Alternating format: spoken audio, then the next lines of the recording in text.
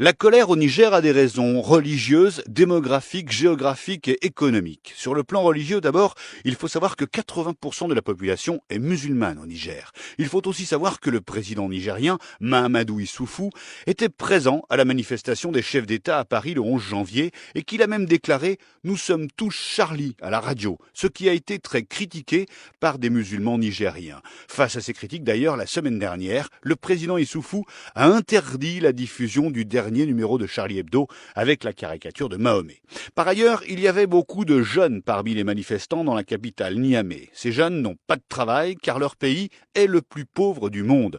Dans le classement 2014 du développement humain de l'ONU, le Niger est 187e sur 187. Le PIB par habitant, c'est 1 dollar par jour. Le taux d'alphabétisation, il est en dessous de 30%. L'espérance de vie, c'est 55 ans. Au Niger, le désert, c'est 80% du territoire.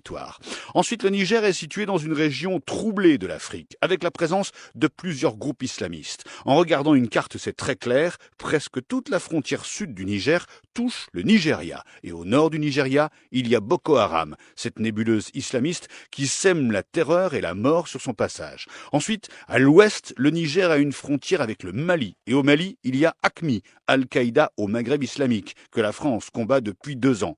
Sans compter la frontière avec la Libye, au nord, la Libye, d'où transitent des armes et de la drogue à destination d'AQMI. AQMI qui a enlevé des Français sur le territoire du Niger il y a 4 ans et demi, en 2010, dans la localité d'Arlit, une ville minière du nord du pays.